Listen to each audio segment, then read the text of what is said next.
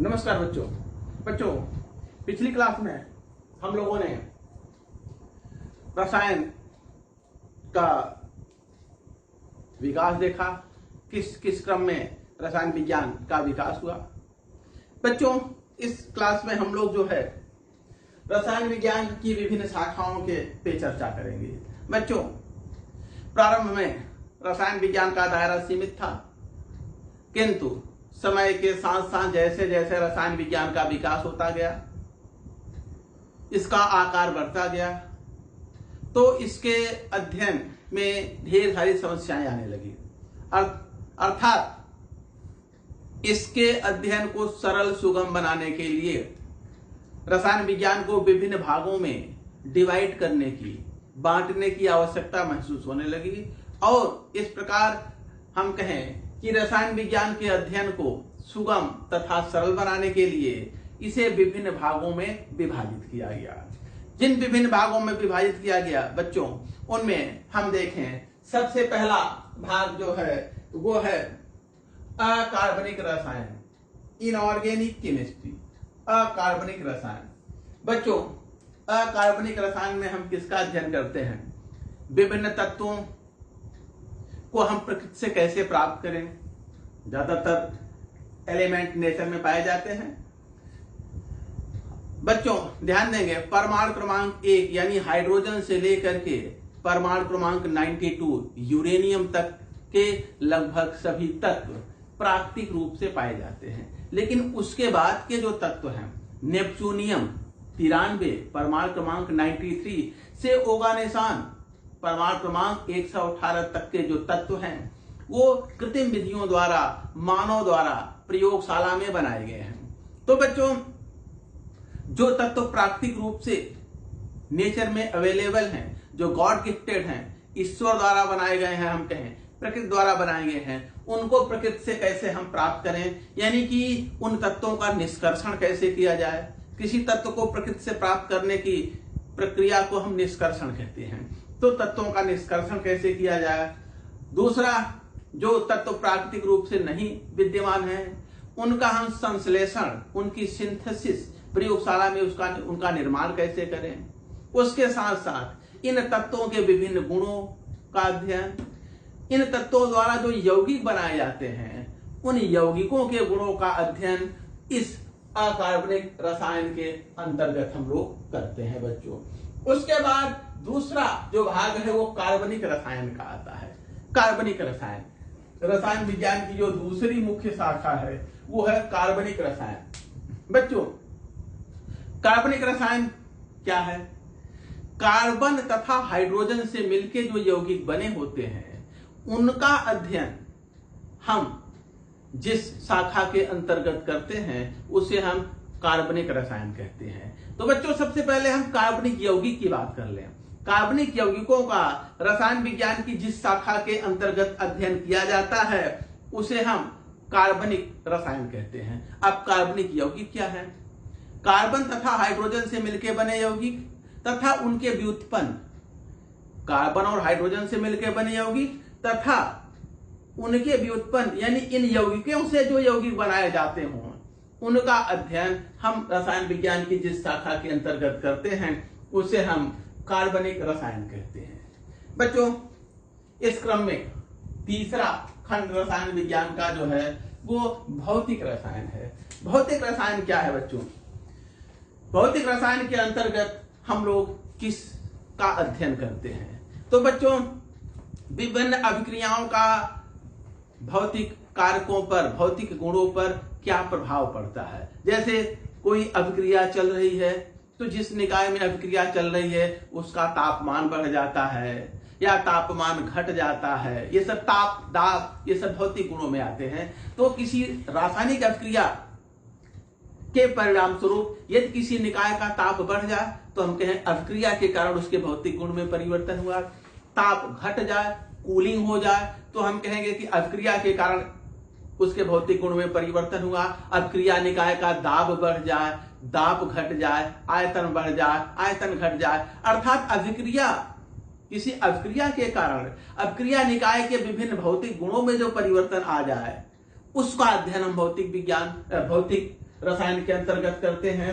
अगला, किसी अभिक्रिया में कितनी ऊष्मा निकलती है, ऊष्मा अवशोषित होती है, या हम कहें विभिन्न भौतिक कारणों कारकों का द्रव्य पर क्या प्रभाव है। जैसे यदि हम गैस का तापमान बढ़ाएं तो क्या होगा, गैस का आयतन बढ़ जाएगा, गैस का दाब बढ़ाएं तो आयतन घट जाएगा, ताप बढ़ जाएगा। तो विभिन्न भौतिक कारकों का द्रव्य पर क्या प्रभाव है, विभिन्न रासायनिक अभिक्रियाओं का द्रव्य के भौतिक गुणों पर क्या प्रभाव है, इन सब का अध्ययन हम भौतिक रसायन के अंतर्गत करते हैं बच्चों।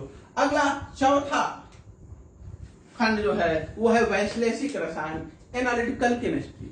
तो बच्चों, वैश्लेषिक रसायन अर्थात एनालिटिकल केमिस्ट्री में हम किसका अध्ययन करते हैं, हम जो है किसी यौगिक के एक अणु में विभिन्न तत्वों की प्रतिशत मात्रा कितनी है। अर्थात हम कहें कि जैसे हम यूरिया की बात करें, यूरिया में कितना प्रतिशत नाइट्रोजन है, कितना प्रतिशत हाइड्रोजन है, कितना प्रतिशत कार्बन है, इसका अध्ययन। यूरिया किन किन तत्वों से मिलकर बना है, या कोई यौगिक क्या है, कोई यौगिक आपको दिया जाए, आपको पहचानना हो ये अल्कोहल है, एल्डिहाइड है, एसिड है, कीटोन है, क्या है, ये कौन सा कार्बनिक यौगिक है, इस कार्बनिक यौगिक में कौन कौन से तत्व हैं, उन तत्वों की प्रतिशत मात्रा कितनी है।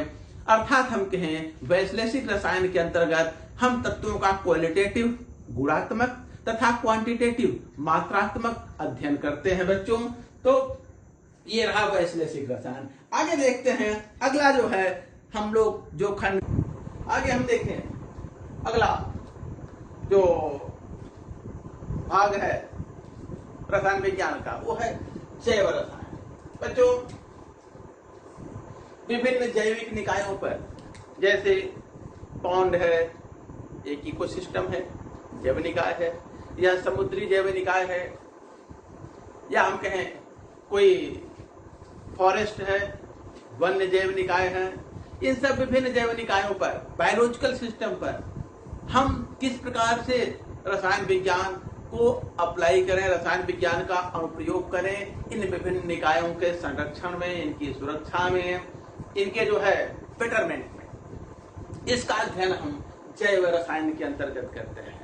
बायोकेमिस्ट्री के हैं जब जैव रसायन, बायोकेमिस्ट्री, हम किसी एनिमल की फिजियोलॉजी पढ़ते हैं, ह्यूमन फिजियोलॉजी, हमारे शरीर में के कौन कौन से रसायन पाए जाते हैं, ग्लूकोज है, कार्बोहाइड्रेट है, प्रोटीन, एमिनो एसिड्स हैं, इन सब की स्टडी हम केमिस्ट्री में करते हैं। और हम इनकी कमी से क्या बीमारियां होती हैं, इनकी सिंथेसिस कैसे किया जाए, इन सब का अध्ययन हम बायोकेमिस्ट्री में, जैव रसायन में करते हैं। उसके बाद बच्चों आता है रसायन भौतिकी।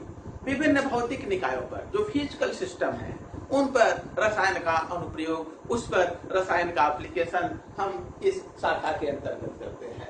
उसके बाद औद्योगिक रसायन। बच्चों, विभिन्न तत्वों का, विभिन्न यौगिकों का उद्योग के दृष्टिकोण से, इंडस्ट्रीज के संदर्भ में हम इस शाखा के अंतर्गत अध्ययन करते हैं। इंडस्ट्रियल केमिस्ट्री, जैसे हम प्लास्टिक है, रबर है, पेंट है, इन सबको इंडस्ट्रीज में कैसे बनाएं ताकि सस्ता हो और कंटिन्यूअस और लार्ज स्केल पर इनका हम प्रोडक्शन कर सके।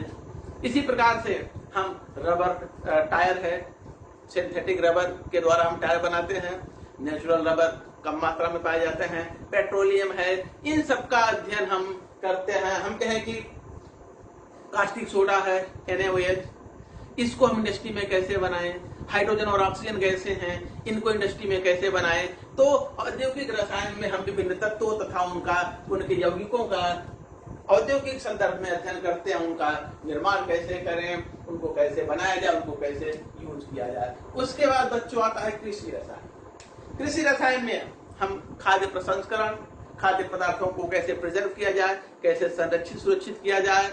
उसके साथ साथ हम फसलों को कीटनाशकों से, कीटों से कैसे बचाएं, यानी कीटनाशक का निर्माण, पेस्टिसाइड्स का निर्माण, इन सब का निर्माण जो है कृषि में जो रसायन यूज होते हैं, खाद है, फर्टिलाइजर्स है, पेस्टिसाइड्स है, इंसेक्टिसाइड्स है, वीडिसाइड्स है, खरपतवार को मारने वाले, इन सबको हम कृषि रसायन के अंतर्गत देखते हैं, बनाते हैं और उनका उपयोग करते हैं। उसके बाद बच्चों अंतिम पार्ट जो हम लोग रसायन विज्ञान का यहाँ देखेंगे वो है फार्मास्यूटिकल रसायन।